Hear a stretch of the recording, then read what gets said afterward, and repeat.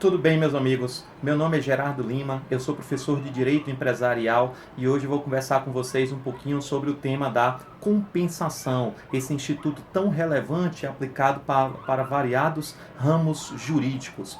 A compensação consiste em uma forma especial de extinção da obrigação consubstanciada pela posição recíproca de credor e devedor entre duas partes, ou seja, A é devedor de B e B é devedor de A. Então, essas dívidas elas podem ser compensadas. A compensação ela pode ocorrer de forma total, se as dívidas se dizem respeito ao mesmo valor, ou parcial, se uma dívida tem um valor inferior à outra. Então, se A está devendo a B 10 mil reais e B está devendo a A 10 mil reais, então a compensação é total. Se A está devendo a B 15 mil reais e B está devendo a A 10 mil reais, essa compensação ocorre de forma parcial. Bom, a disciplina jurídica da compensação ela é dada pelo Código Civil entre os artigos 368 e 380. Então, o aluno, para se familiarizar com esse tema, deve fazer a leitura desses dispositivos legais. Da mesma forma, o profissional do direito deve sanar as suas dúvidas a partir desse capítulo do Código Civil. Nós temos três espécies de compensação: a compensação convencional, a compensação judicial e a compensação legal. A compensação convencional é a mais tranquila de ser entendida.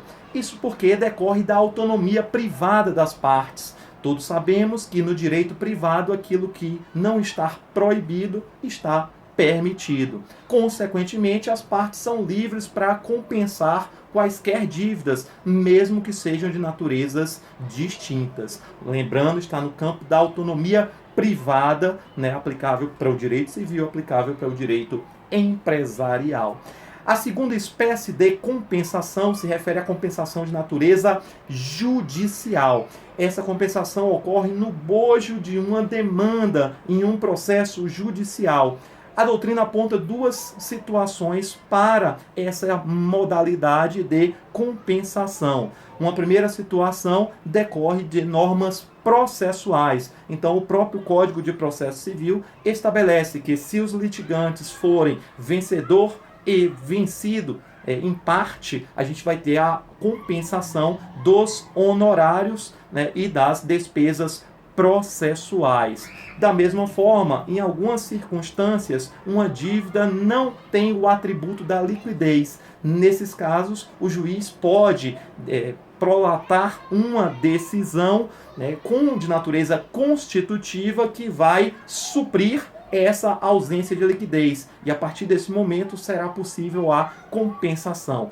Essa é a espécie de compensação judicial. A terceira espécie de compensação é denominada de compensação legal. Essa é a compensação que o Código Civil mais dá atenção, porque a gente precisa da configuração de alguns pressupostos. Há a necessidade do preenchimento desses pressupostos para que essa compensação ocorra, inclusive, de maneira automática. Não há sequer a necessidade do reconhecimento judicial para que já possamos falar na compensação. Primeiro pressuposto se refere à liquidez do débito. A liquidez da dívida, ela se refere à certeza da sua existência. Então, já é uma dívida certa e é uma dívida determinada quanto ao objeto. Então, está definida a natureza, a qualidade e a quantidade do objeto. Então, precisamos de uma dívida certa e de uma dívida já definida quanto ao seu objeto, um objeto determinado. O segundo pressuposto se refere à exigibilidade do débito, ou seja, se a gente tem uma dívida já vencida e outra que vai vencer daqui a um mês, não podemos falar da compensação. Apenas podem ocorrer ou pode ocorrer a compensação de dívidas já exigíveis. A gente tem uma situação que é interessante de chamar a atenção, é que se houver o que a gente denomina de prazo de favor, ou seja, chegou o dia do pagamento, ocorreu o vencimento e por uma liberalidade o credor deu para o devedor a oportunidade de mais alguns dias para sanar aquele débito, isso não vai impedir a compensação durante esse período. Então, a gente precisa também desse segundo pressuposto que se refere à exigibilidade do débito. O terceiro pressuposto diz respeito à fungibilidade das prestações. E não basta que a mera fungibilidade de cada uma das prestações, mas tem que ser uma fungibilidade das prestações entre si. Então, a gente pode ter uma dívida fungível, por exemplo, um bem fungível, uma televisão. De outro lado, uma dívida referente à entrega de sacas de feijão. Né? Todos esses dois bens são fungíveis, mas não são fungíveis entre si. Consequentemente, não está permitida a compensação. Então, o terceiro pressuposto se refere à fungibilidade entre si das prestações. O quarto pressuposto diz respeito à reciprocidade das obrigações, o que decorre inclusive do próprio conceito de compensação. Então, a compensação tem que ser apresentada, tem que ser alegada do credor para o devedor, aquelas partes, né, que são reciprocamente, ou que ocupam reciprocamente as posições de credor e devedor.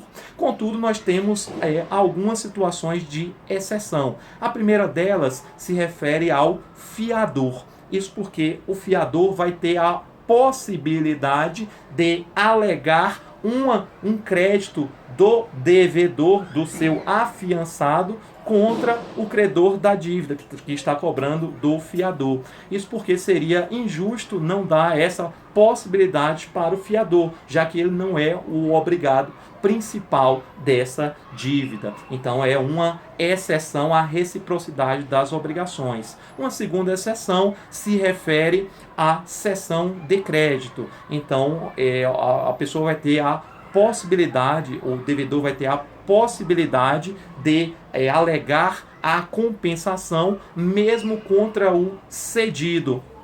E isso no momento em que ele for notificado da transmissão dessa obrigação. Nós, respeito aos limites da compensação, precisamos verificar, né, o que a legislação dispõe sobre esse tema. Não é em qualquer circunstância que nós vamos poder nos valer do Instituto da Compensação. Então a legislação coloca limites de 3 naturezas distintas. O primeiro limite se refere às dívidas decorrentes de esbulho, furto ou roubo. Isso porque são atos delituosos e, consequentemente, não podem ser protegidos pela legislação. Então, para o autor de um roubo, o autor de um furto, o legislador não dá a oportunidade de ele se valer dessa alegação da compensação para não pagar uma determinada dívida. Então, as primeiras limitações dizem respeito às dívidas decorrentes de esbulho, furto e roubo. A segunda espécie de limitação para o Instituto da Compensação diz respeito às obrigações decorrentes de contratos de comodato, depósito e a dívidas alimentares, né, aos alimentos. Com relação aos contratos de comodato e de depósito, são contratos que se referem a bens infungíveis, né, bens especificados. E a gente já viu que no Instituto da Compensação nós tratamos de prestações fungíveis. Então, só por isso já seria, né, uma forte razão para não se permitir a aplicação do Instituto da Compensação. Além disso, são contratos que se referem muito à confiança, à fidúcia e, consequentemente, geraria insegurança se viabilizar, se possibilitar a alegação da compensação. Com relação aos alimentos, se trata de uma dívida que vai tentar fazer a subsistência da pessoa. Portanto, não teria sentido em fazer a compensação, senão o alimentando vai ficar sem o direito àquele valor, né, imprescindível para o seu sustento, né, ao sustento das suas necessidades mais básicas. Consequentemente, nos alimentos também o legislador coloca um óbice, não é permitida, né, em se tratando de alimentos, fazer a compensação. E a terceira espécie de limitação se refere às dívidas sobre bens impenhoráveis. Nós sabemos que temos no Código de Processo Civil, né, uma série de bens que não podem ser objeto de constrição judicial, porque são bens que asseguram a dignidade do devedor. É a noção de patrimônio mínimo. Então, esses bens, como eles não podem ser objeto de penhora, também não podem ser objeto de compensação. As dívidas referentes a esses bens não, nesses casos a gente não vai poder se valer também do instituto da compensação. Além dessa questão dos limites, eu só queria chamar a atenção de vocês também para a ampla aplicação desse instituto nos mais variados ramos do direito. Aqui a gente conversou bastante, né, sobre as obrigações, normalmente com a noção mais próxima do direito civil. Essas noções também são plenamente aplicáveis no direito empresarial, né, uma dívida constante em um determinado título de crédito, um cheque, uma nota promissória, uma letra de câmbio, uma duplicata. Nesse caso, a gente pode se valer tranquilamente do instituto da compensação sem nenhum problema. Da mesma forma, nos contratos empresariais, o instituto da compensação encontra ampla aplicação. Mas esse instituto ele não é válido apenas para o direito privado. Também em variados ramos do direito público nós falamos de compensação. Por exemplo, na Lei de Licitações, na Lei 8.666/93, há a previsão de aplicação de sanção para o inadimplemento contratual. Então, na hipótese de uma determinada empresa que contratou com o poder público não prestar serviços da forma como acordou, é possível a aplicação de uma multa. E quando a administração pública aplica essa determinada multa, ela pode fazer a compensação com os valores que ela vai pagar pelo contrato. Lá no direito administrativo, as pessoas chamam de glosa. Então, é também uma forma de compensação com previsão expressa na Lei de Licitações e Contratos Administrativos. No direito tributário, também o artigo 170 e 170A do CTN prevê expressamente a possibilidade de compensação de tributos. Então, por vezes, o sujeito passivo ele está com créditos perante o fisco. E aí, quando ocorre a necessidade de pagamento de um tributo, pode haver também a compensação. Então vimos aí possibilidades de aplicação em ramos do direito privado e também em ramos do direito público. Enfim, esse instituto é da mais alta relevância. Eu espero ter contribuído aí também com o aprendizado de vocês e despertando a curiosidade sobre as questões decorrentes desse instituto. Muito obrigado, foi um prazer estar aqui com vocês. Um forte abraço, até uma próxima oportunidade.